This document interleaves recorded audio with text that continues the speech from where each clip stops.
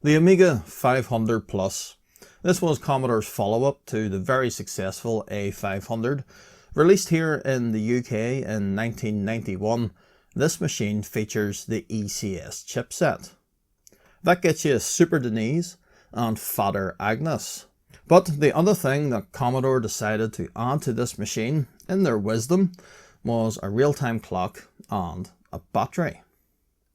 This A500 Plus, this one doesn't work. And you'll never guess why.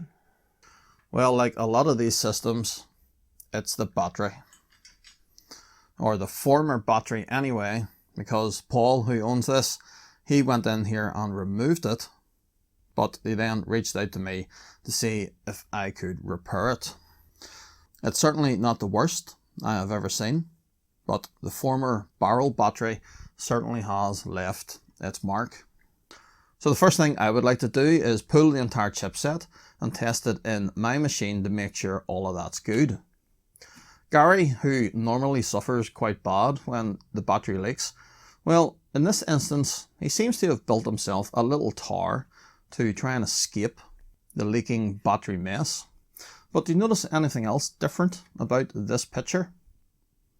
That's not a 68K CPU. Rather, this is the Vortex Computer Systems AT-ONCE. That chip there, that is an AMD 286.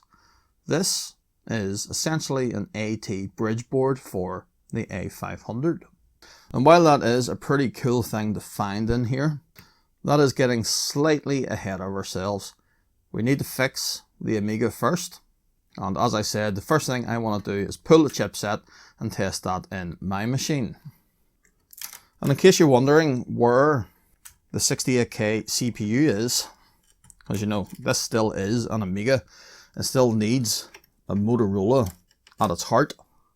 Well, said CPU is right there. Underneath this card, this thing is actually soldered directly to it.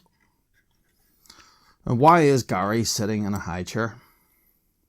These just look like 3 sockets with a resistor wedged in between them and a pin missing. That is a resistor connected between VCC and whatever that pin is. That will require some further investigation. What is that all about? Someone has put a bit of electrical tape over the top of the ROM.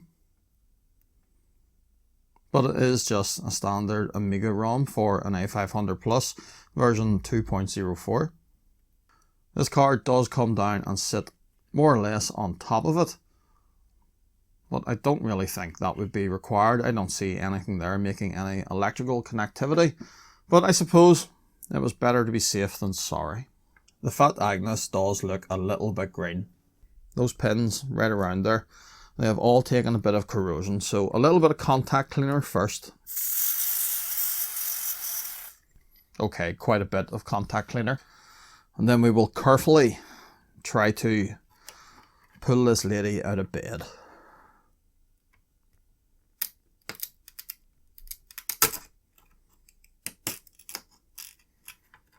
Came out not too bad, but definitely a little bit of corrosion there. So I'll just go round the chip quickly with the fiberglass pen. We may as well test the PSU that comes with the machine needing repair. And since we're at it, we may as well test the tank mouse as well. Well, just before we do stick this chipset into my A500 Plus here, let's first of all power this thing on. We'll run and make a test kit quickly just to make sure that there's no issues here. So yeah, boots into Amiga test kit fine. Let's try this mouse. Would work better if I plugged it in, wouldn't it? Let's try that mouse now. Yeah, that seems fine. Controller ports, all good. And I suppose since we are testing things, what we really should have done was also hook up the keyboard and the floppy drive out of the other machine. These things. So let's stick Amiga test kit into this other disk drive. Power on again. And hopefully this works. Sounds like it needs a little bit of a clean, but it has red, the disk. What about the keyboard, F2? Yeah, no problems there either. So let's get this chipset into this machine and just make sure that this all works fine as well. Okay, that's everything in there barring the CPU. I'm not going to try and run that Vortex 286 card just yet. I'd rather get a fully working Amiga first, and then we can have a play with that other thing. Just going back to my floppy drive as well, just because the other one does need a clean. It sounded a bit scratchy and I don't want to damage my disk.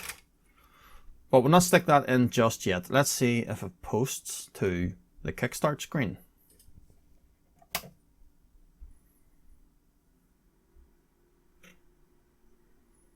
Yep, all seems good. Let's try and load into Amiga test kit. Yep, and it looks fine. Do we have audio? F5. And we do indeed. That seems fine.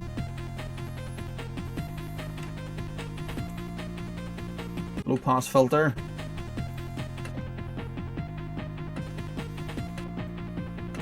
Yep, that seems to be working.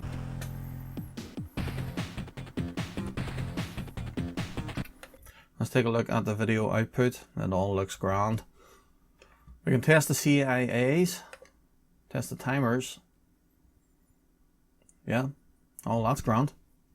So yeah, it seems as though there's nothing wrong with this chipset. Next thing to do really is pull the board out of the other machine and take a closer look to see what damage has been inflicted by that battery. Well, this is the main battle area. This is where the most of the damage is, as you would expect, because that's where the battery was. But if I had to hazard a guess, I would say that this 500 plus, when it was put into storage, was stored vertically with this side up. And the reason I say that is that from sort of about that line there, coming this way, there's no real signs of any corrosion. But working back the other way, and certainly down this sort of line here, directly from the battery, well, we have all the usual corrosion that you'd find around U10, 11, 12 and 13. Lots of those traces there will need investigation. But further down here towards Agnes, a lot of those traces, they'll need to be looked at a bit closer. The Agnes socket itself, as we seen earlier, it is quite green, although I would hope a bath with a bit of white vinegar might bring that back up. But there is further evidence of corrosion down here. Those resistors there, they're all corroded. And even as far as down here towards the knees, all those components there all definitely show signs of corrosion. And even as far as the knees itself, that large trace coming around there, there's some black spots on it. So the first thing we'll do is give this a bath in the white vinegar. And let's just go for it, will we?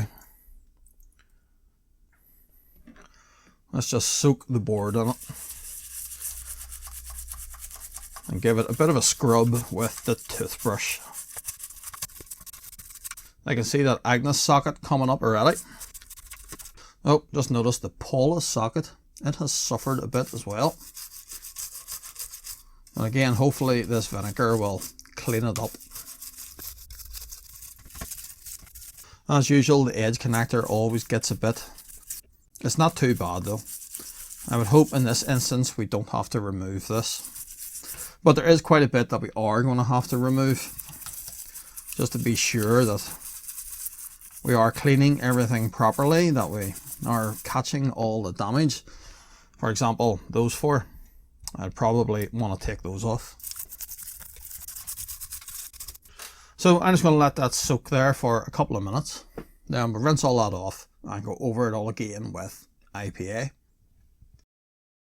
Okay, it's been sitting for about 5 minutes. Let's just drain off the most of this. And then we'll just do the same again with the IPA. Going to use plenty of this because I definitely want to chase off all that vinegar, as any remnants of it are equally just as bad for this board as what came out of that battery. All we're actually putting the vinegar on there for is to neutralize the alkaline that comes out of the battery. Vinegar's an acid. And yes, it does clean the board as well, I suppose. But just the same thing again. Just go over everything with the IPA. Leave this to sit for a minute or two. Then we'll drain this off and take a closer look. It cleaned up not too bad. All the corrosion at this end of the board is more or less gone. The Agnes socket, it now looks like new again, as does Paula's socket.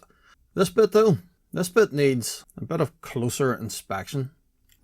So these two banks of passives here, these were quite green, but they've actually came up really well. I was originally going to replace all these. I don't actually think there's any call to do that now. What we will have to do though, or what I definitely want to do, is to remove these four.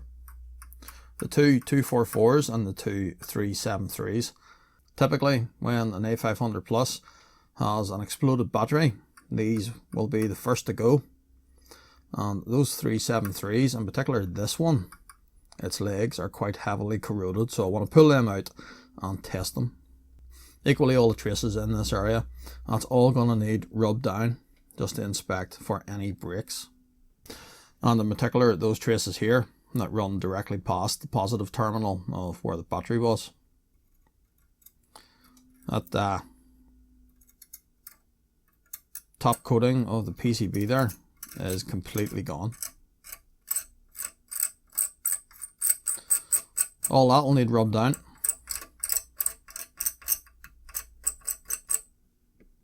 And to do this properly, I think I'll just remove those components there. But there's not much point in sitting here talking about it.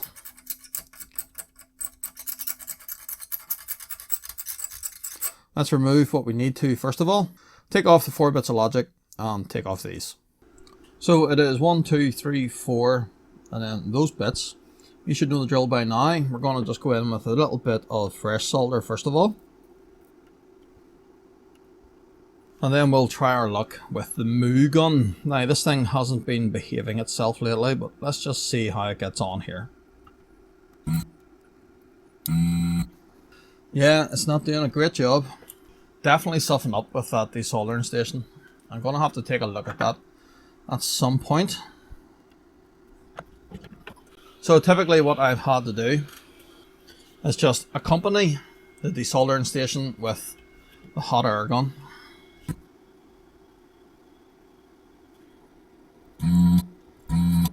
Yeah, that's perfect now. The hardest thing about the A500 is the desoldering, especially around these heavier traces. They just take up so much heat. I don't think that one let go either.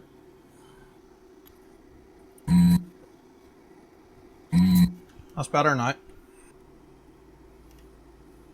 What I like to do then is just go along the top side of the chip and just push against the legs. It just helps to snap them free. You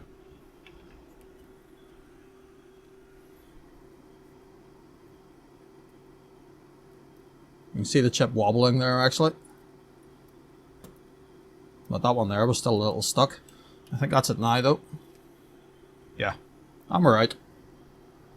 So I'll do these other three just in the same manner.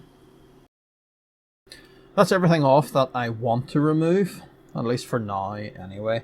Just want to tidy up over these points where we did remove the chips. Just want to put a little bit of flux on the board. Then I just want to drag the wick over the top of it. There are a couple of holes there that I need to unblock, but we'll worry about that later. Next thing I need to do really is just get rid of all the corrosion. The likes of this stuff here is just falling away. But in reality, what I need to do is get the fiberglass pen and just go over most of this. As always, this is going to take a while. Well, that took forever and there's bits of fiberglass everywhere, but doesn't it look so much better?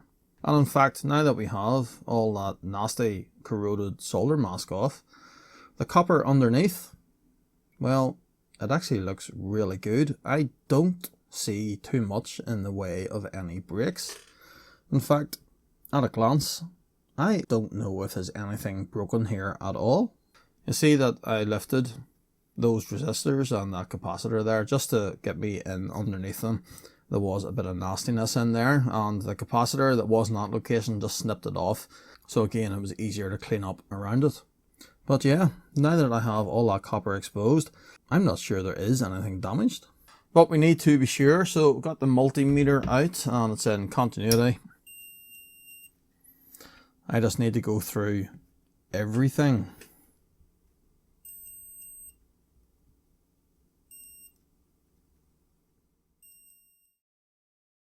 Well, I've been right over everything there and I can only find one broken trace. That one right there. Meter still in continuity and it's not making connection through to the trace beside it.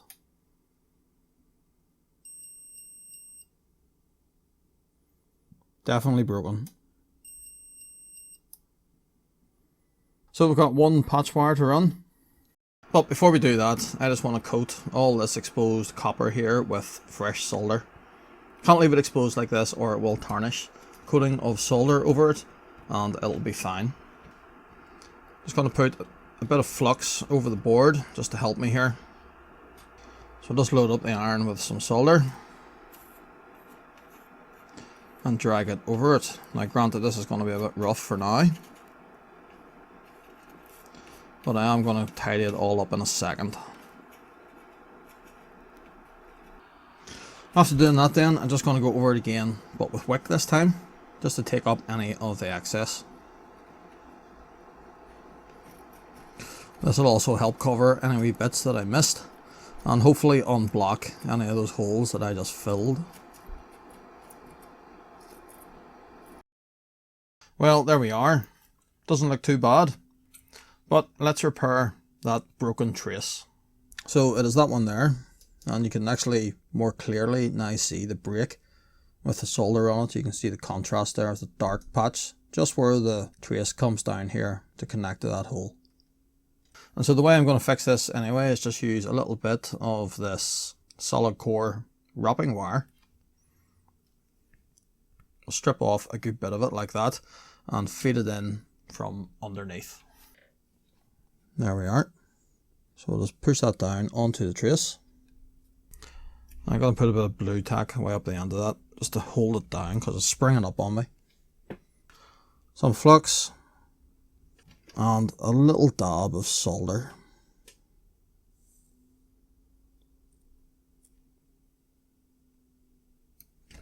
That's it, it's stuck down okay. Cut off the excess here just with the flat cutters.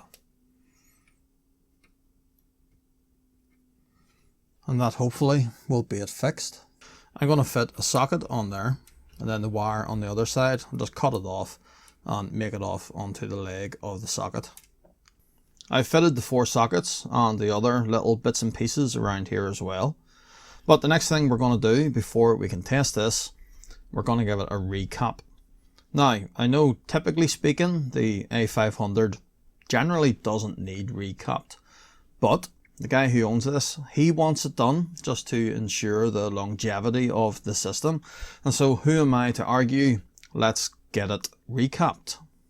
The difficulty, of course, with that is getting these old caps off. And since my desoldering station isn't really playing ball at the minute, and to limit any potential damage to the board here, the way I'm going to do this is I'm just going to use the soldering iron and walk these out. There's a capacitor there between those 2 points, so I'm going to put a bit of fresh solder onto that. I have the board overhanging the edge of the desk here. I'll just grab the cap from below, heat that point, pull that out a bit, and then heat the other side, pull that out a bit, back to this side, that's that side free, and then back on this side, and the cap just fell out. One capacitor easily removed, Of course, we need to try and unblock those holes now. And let's just see if a bit of our solder braid will do the job. Not really. This is part of the problem. The ground planes and even the VCC planes on the A500 board, they are so heavy, they take an awful lot of heat. Let's try it again. I'll turn the temperature of the iron up slightly. Still hasn't cleared. Well, that one's cleared okay. That one there won't. Let me try it from the other side. You can see the size of the ground plane there. Is it any wonder that I'm struggling to get that unblocked? Nope, that ain't gonna happen. So that goes in there. That bit doesn't quite go in there, but if I put some solder on that, and if I offer that up, can I melt the solder to allow the leg to slide through? There we are. It's not the ideal way to do it, sure it's not, but to be honest with you, I think it's the only way I'm going to be able to do this today. I've done a couple of these now and I might be onto something in terms of getting those holes unblocked using the braid. Of course, I'm sure it'll make a fool out of me now, but let's just try this. So heat the pod first of all with the iron for a couple of seconds. Then go in quickly with the braid. So that one cleared. This here is a huge ground plane on both sides of the board. Let's see if it works.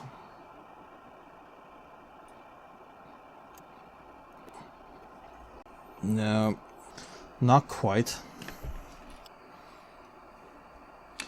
Easier just to do it like this. That's the board done for now, but we're not going to test it just yet. Because while the soldering iron is still out and still hot, I also want to recap the power supply. Obviously, it goes without saying, if you're going to be working inside a power supply, be careful. Make sure it's disconnected and make sure these caps are fully discharged. Now, this PSU has not been used for a couple of days, so I'm confident to say that these are fully discharged. But if I was only using this a couple of minutes ago, then unplugged it and took it apart, there is a good chance that there would be some life in these capacitors that might give you a bit of a jolt if you touched the business end. These ones though are dead. That's a strange voltage on that big cap, isn't it? 47 UF but 385 volt. That just seems weird. I couldn't find a 385 volt capacitor anywhere, but I'm just going to replace it with a 400 volt. And yes, I'm just going to walk these out again. But it's more so because I'm feeling lazy.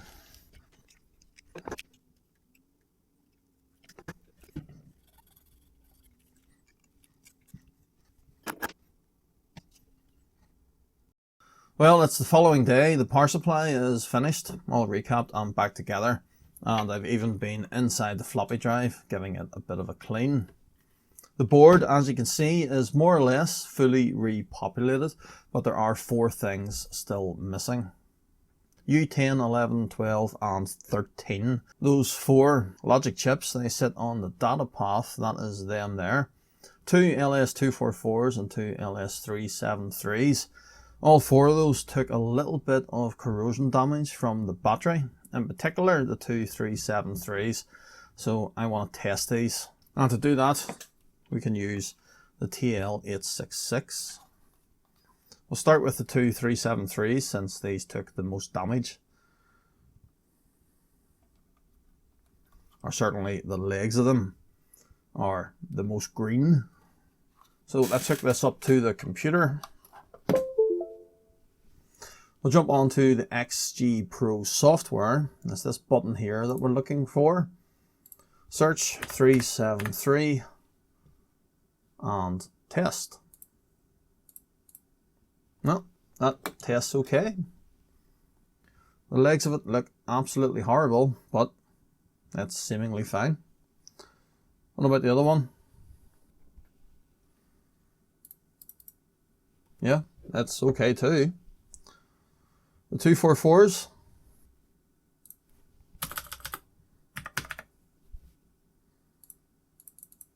Yep, that one's okay. What about this one? And yeah, that is fine as well. I really was not expecting that. Given the amount of corrosion on those chips, I fully expected to find a failure. In fact, I so much expected to find a failure that I have 4 brand new chips sitting up there waiting to go. I know these have tested okay for now, but I think I'm just going to replace them anyway. Just to, again, ensure the longevity of this board. Because those chips are corroded, in particular those 373s, they may be prone to failure in the future. So I can hang on to these as spares anyway. But for this board, I think we'll just stick the 4 new parts into it. So the 244s go in the top. 373s go in these 2 bottom sockets. Let's hook up some power. AV. And we may as well hook up the floppy drive as well. Right, here we go. Is it going to work? Getting signal. Looks good. Oh yes. Oh yes. It's working. Amiga test kit.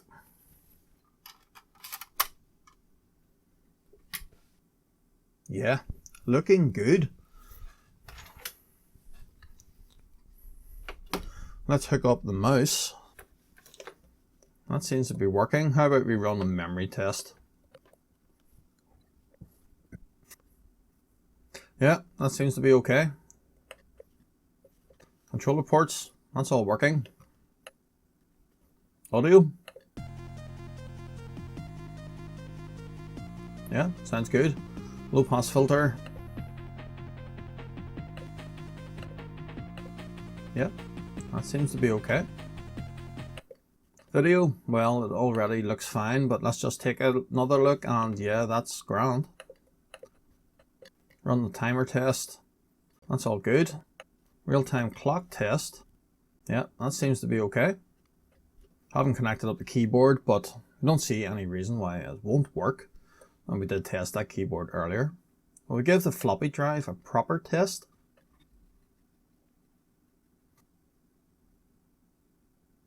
Sounds a lot quieter now as well, actually. It was quite scratchy earlier, but after the quick cleaning, it sounds fine.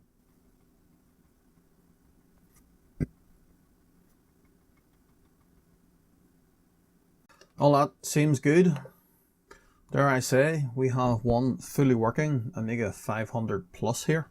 And seemingly after everything that we've done, the only one bit of damage was that one trace. So next thing to do, I'm going to put all of this back into the case, and then we can take a very quick look at these things. Well, it's in its case refitted to the bottom shield.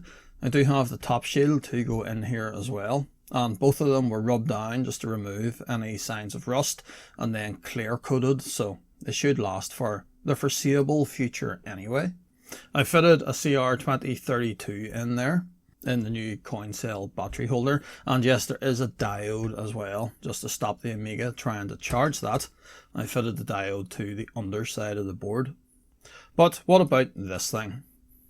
Described as an AT emulator for the Amiga 500.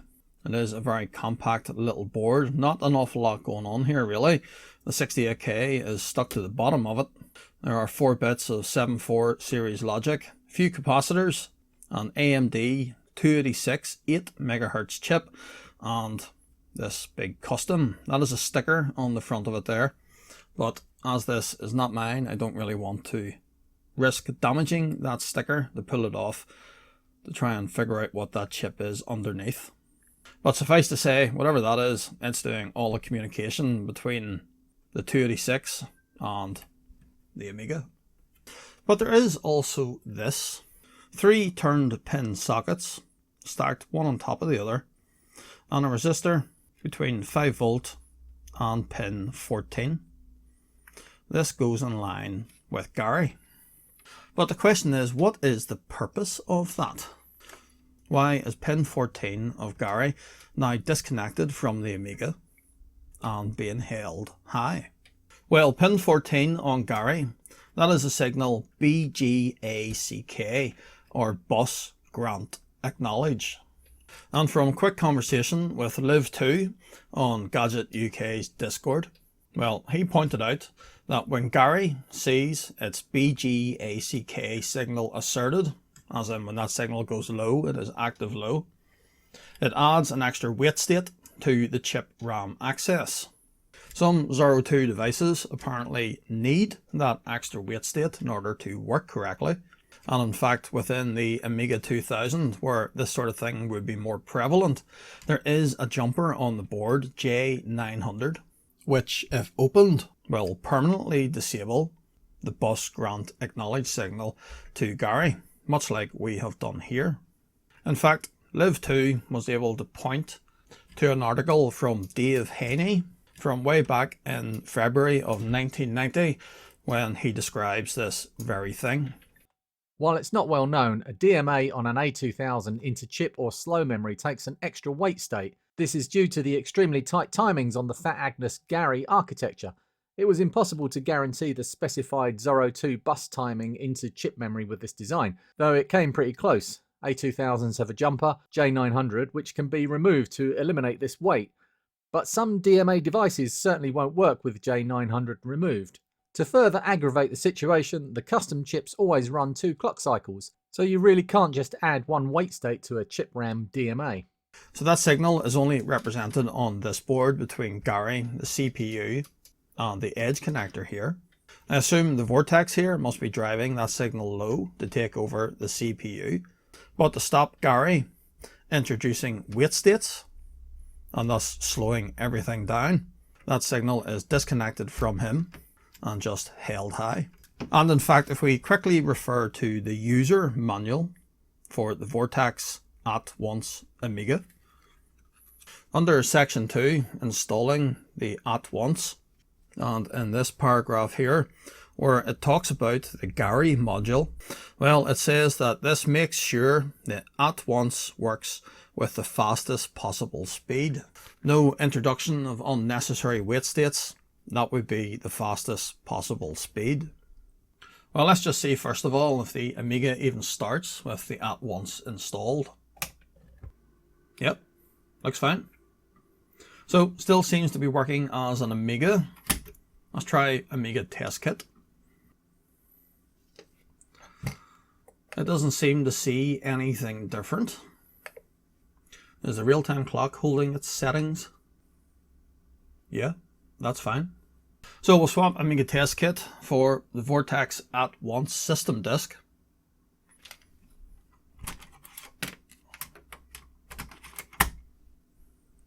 And let's hit reset.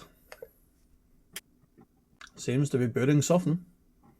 So designed for Workbench 1.3, is that? This would work on any Amiga 500 then. The README file, let's just skip that bit. And what's in here? AT emulator. Yeah, I was sort of expecting to see that. Hard drive install. I would assume to make best use out of that, you probably would have wanted a sidecar on your 500, something like an A590, and install MS-DOS to a hard drive. But let's just see if we can run this.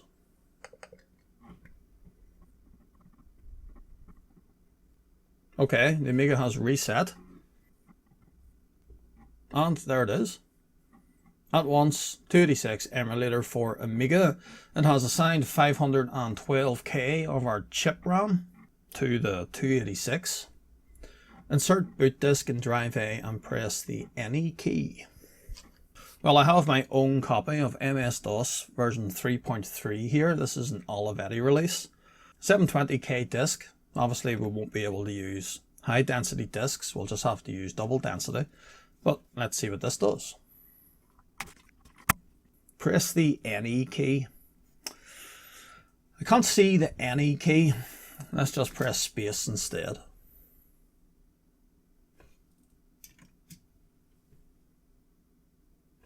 Return maybe?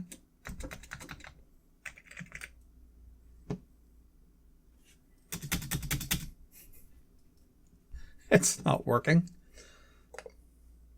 Oh, maybe I needed to click the mouse first. Yeah, that's better. It's now booting to that disk. Or well, it's doing something with it. And yeah, there it goes. MS-DOS version 3.3. And we're in.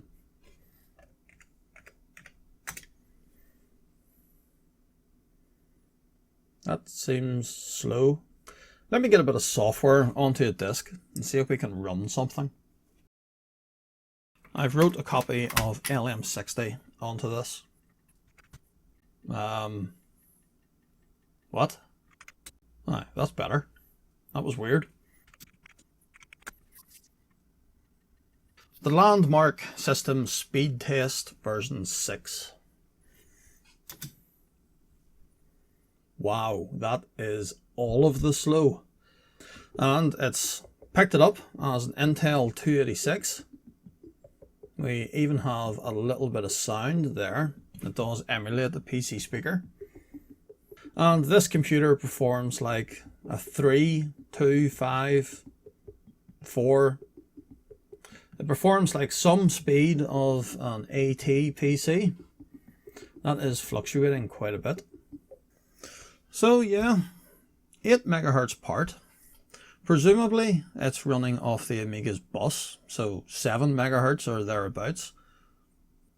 But it certainly isn't performing that well. On the graphical side of things, well, that did seem quite slow. What else can we try and run? Couple of games. Alicat, Antarctic Adventure, and the first Commander Keen. Let's start with the easiest one to run, or what should be, Alicat. Okay, seems to be running, and we've got a bit of sound. No joystick. Let's go for the easy one, shall we?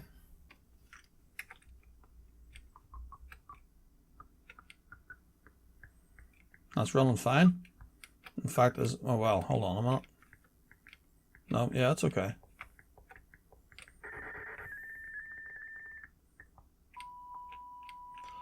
Or well, it was okay, and now it seems to have crashed.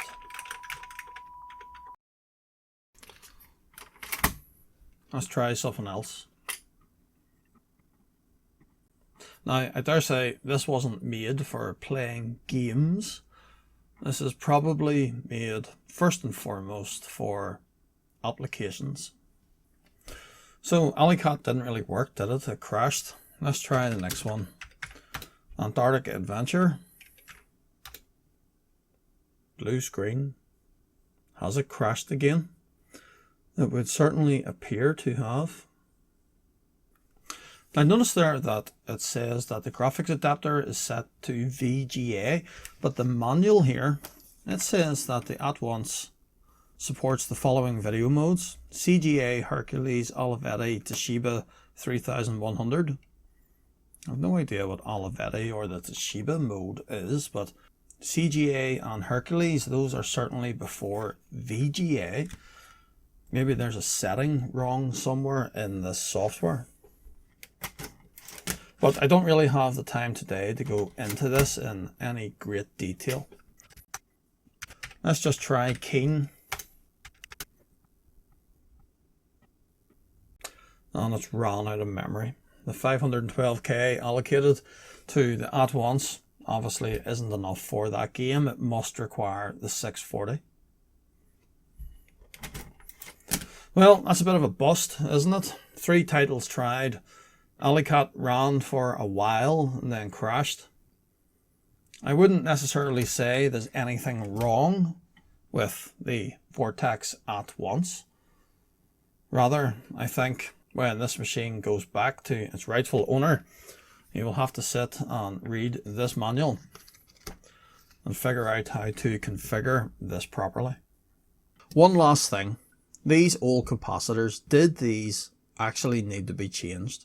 We can test them using this.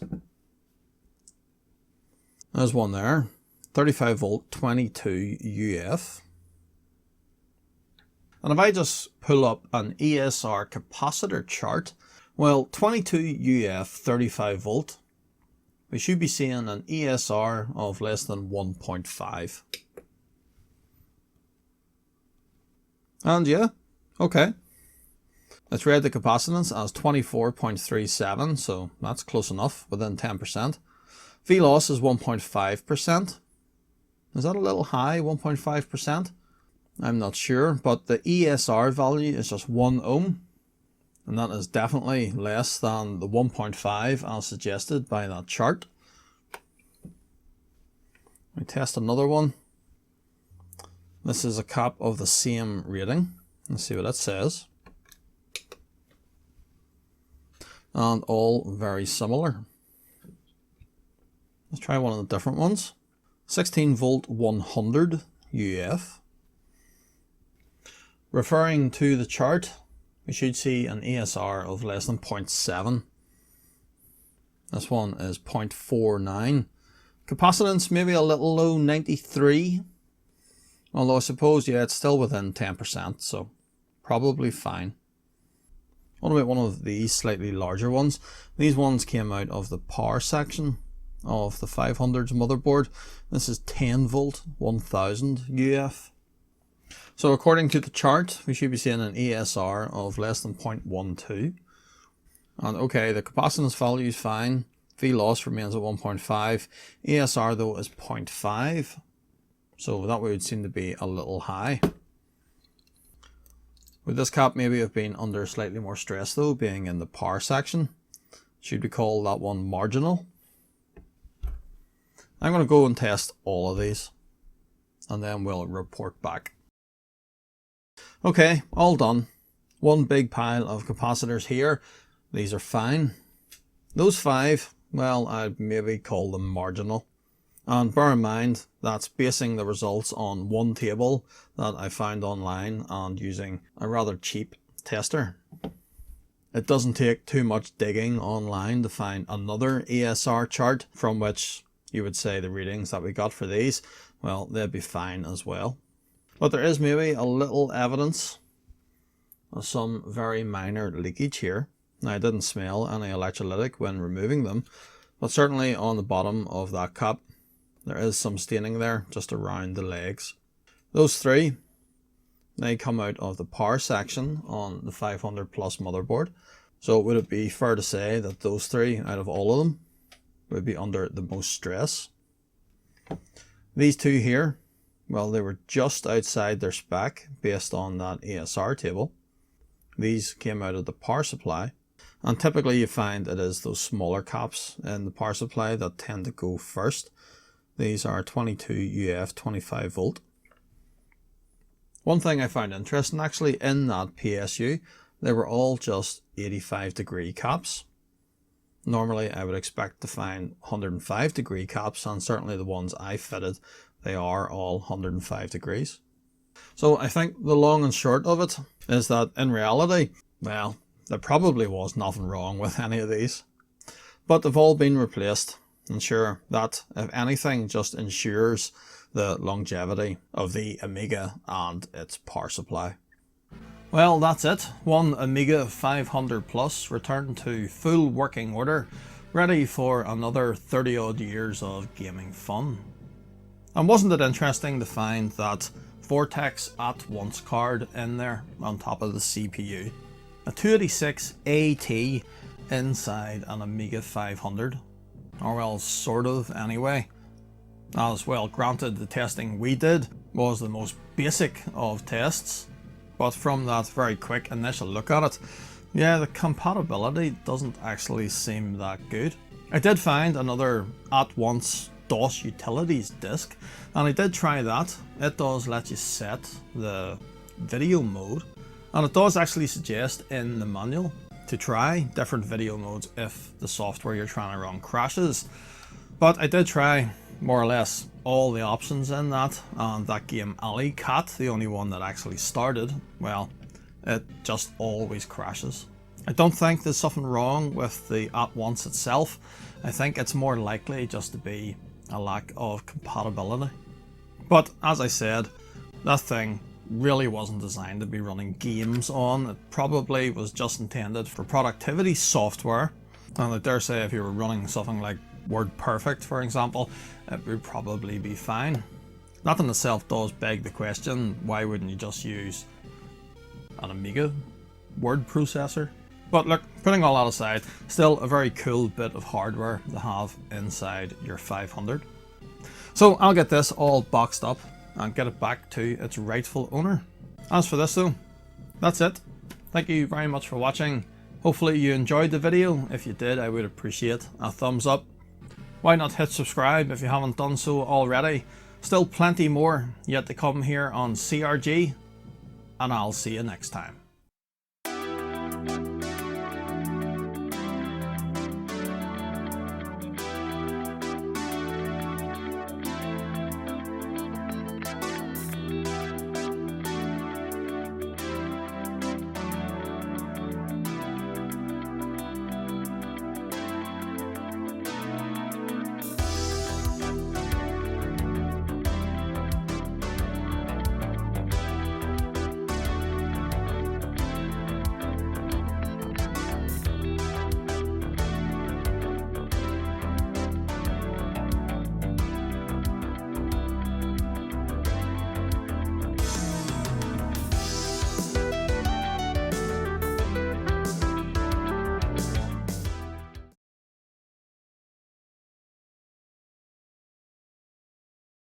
Well, that's all the filming done.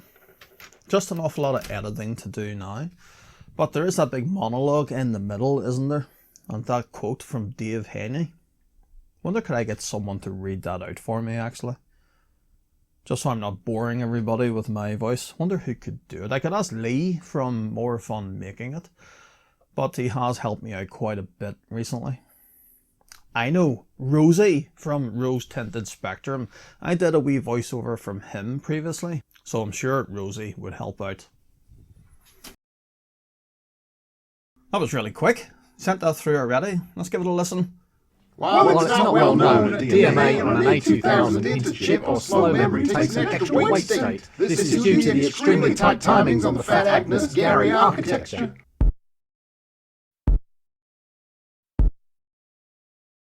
Lee, it's Glenn here from CRG.